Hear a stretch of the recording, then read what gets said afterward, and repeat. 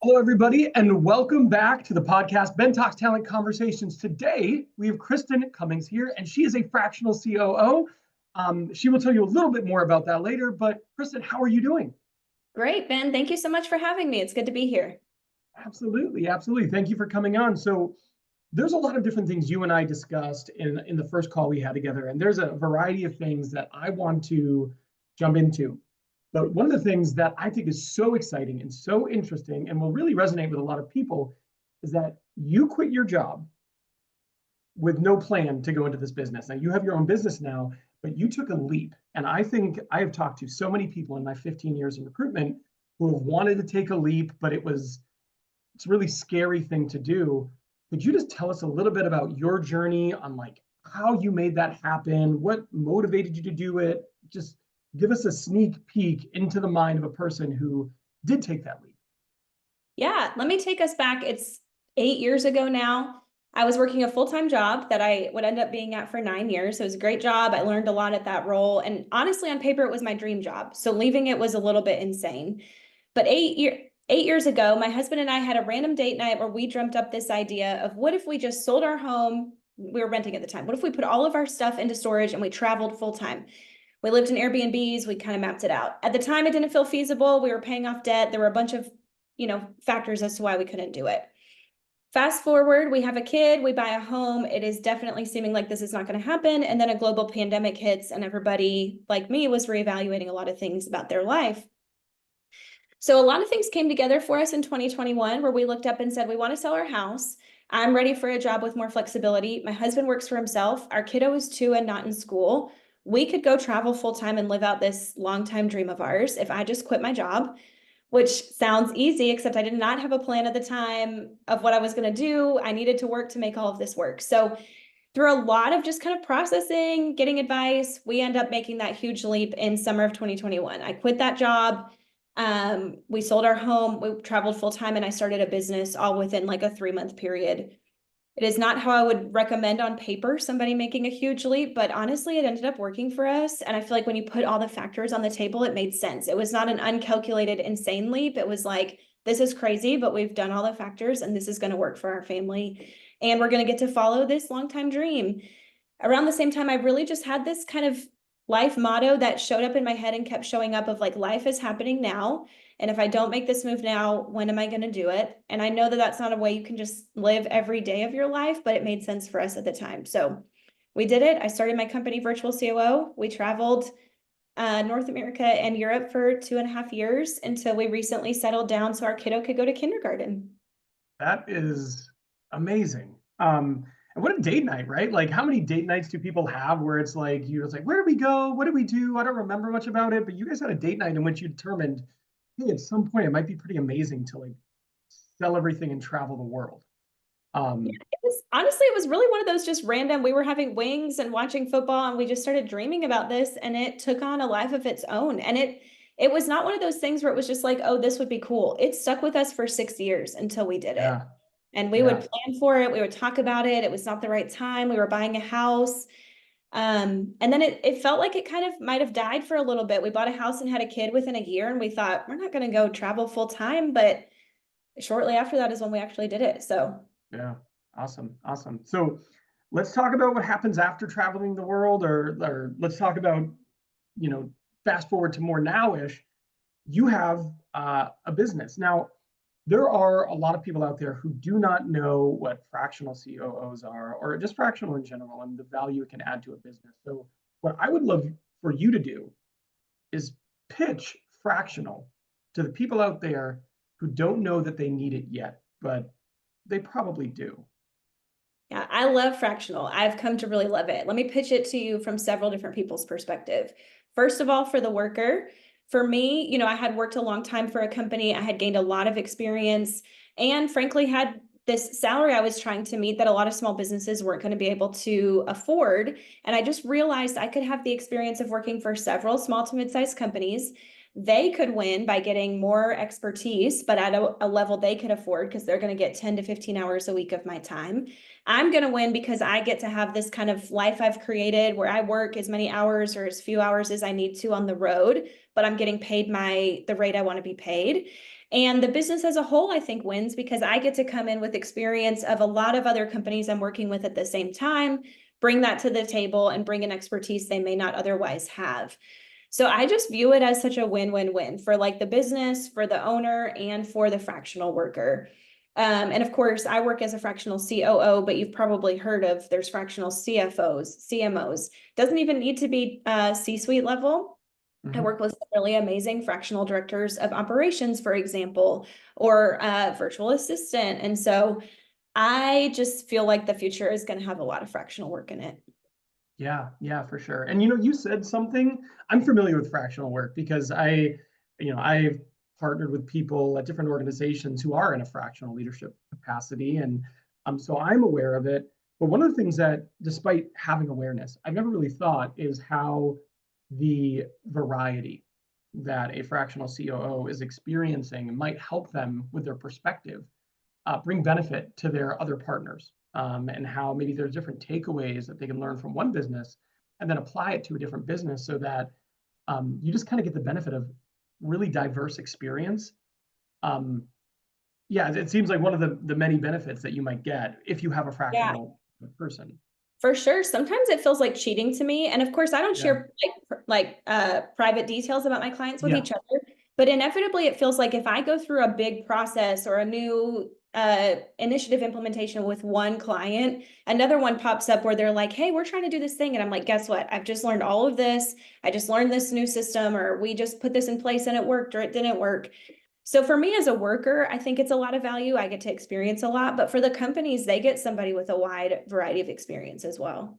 Yeah. Well, and just to build on this before, I don't want to, stay on this for too long, but what's really interesting to me is if you have just like a COO, they're going to have great experience. They're going to bring great experience to the table, but they're going to be, the longer they are with you, the more their experience is the experience they have with your organization, right? Whereas you're helping a lot of the same people. You're helping scaling companies who are growing and who need somebody to come in and fill this role for them that maybe they haven't had in the past. But not only are you experienced doing that, but you're doing it again and again and again. So you're getting so many reps helping people who are looking to scale their business and maybe don't have the budget for a full-time person, don't have the experience doing it, but you've done it now so many times. You just get more at bats, which is a really interesting component of the fractional business model. Yeah, absolutely. And not when I realized when I set out to do it, honestly, but has come to be a huge win, in my opinion. Yeah, yeah, for sure. Okay, so one of the things we talked about when we first talked is that you were really passionate about knowing where you want to go and deciding how to get there. How do you apply that to the businesses that you partner with? Yeah, before I get into that, I think it's important to note, I think I'm passionate about this because it does not come naturally to me. At least in appearance, there are some people who appear to me to wake up and know what they want personally and what they should do at business. First of all, I don't know that that's as true as it seems, but just some people by personality are more decisive. I have never been that way. And it is easy for me to accidentally go with the flow, like get into a role and then just keep like getting a little bit better. I mean, I always want to improve, but not pausing and taking the time to say, is this what I want for my life? Because this is my life and I get to create it. Or do I want to be working towards something different? And I have just really come to believe that anything is possible. You should be working to create your life. That to me does not mean, oh, today I'm going to own a Tesla or I'm going to be a multi-million-dollar business or whatever it is, but you can be working towards what you want. And I think back to the many years we were working towards living on the road, for example. We had to pay off debt. We had to sell a house. There were so many steps to get us to where we wanted to go. But knowing it's where we wanted to go made those steps easier. And so now I'm just a huge advocate for pausing in your own life to say, what do I want? And it doesn't have to be for the next 30 years. What do I want right now? My kiddo is in kindergarten. What do we want for the next couple of years of our lives? And then translating that to business. So if you work for yourself, you have the opportunity to say, my business should work within that. And even if you don't, you have the opportunity to say, my job should work for that, you know, or I should be working towards a role that does if I'm not in that situation right now.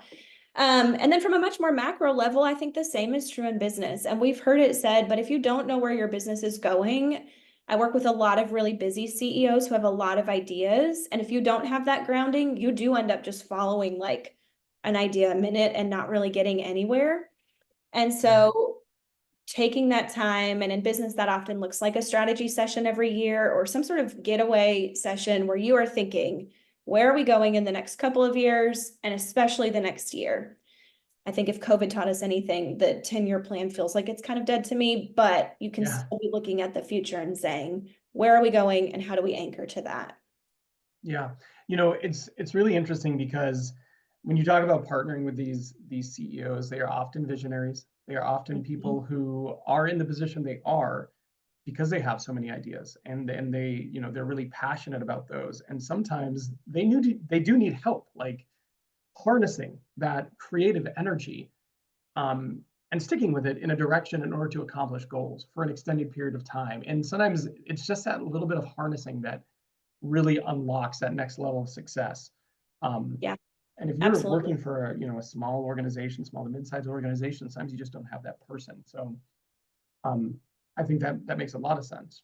Yeah, that's what I view as my main role in a lot of the organizations I go into. I always like to say we can do anything. Anything is Yeah, possible. We have to focus on at least maybe one thing or a couple things for the next period of time, and then we can try a new thing if it's either needing to pivot or this other idea has taken flight. And so I do think that's key.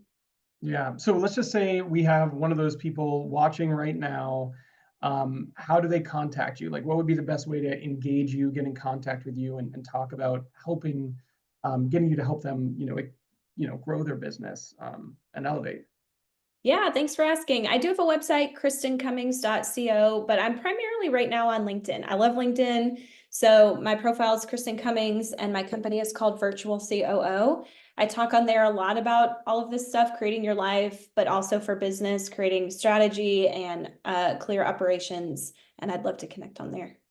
Okay, awesome. One last question is how I always like to end the pod. Very interesting, for me. What are you passionate about outside of work? I mean, this feels kind of obvious, but I feel like my number one is travel. My family loves to travel. Just last night, we were sitting on the couch looking at a magazine, and my 5-year-old was like, "Look at this photo. Let's go to Vail." And so we've created a small travel monster from our time on the road. But Nice. we love exploring, getting out, seeing new places together.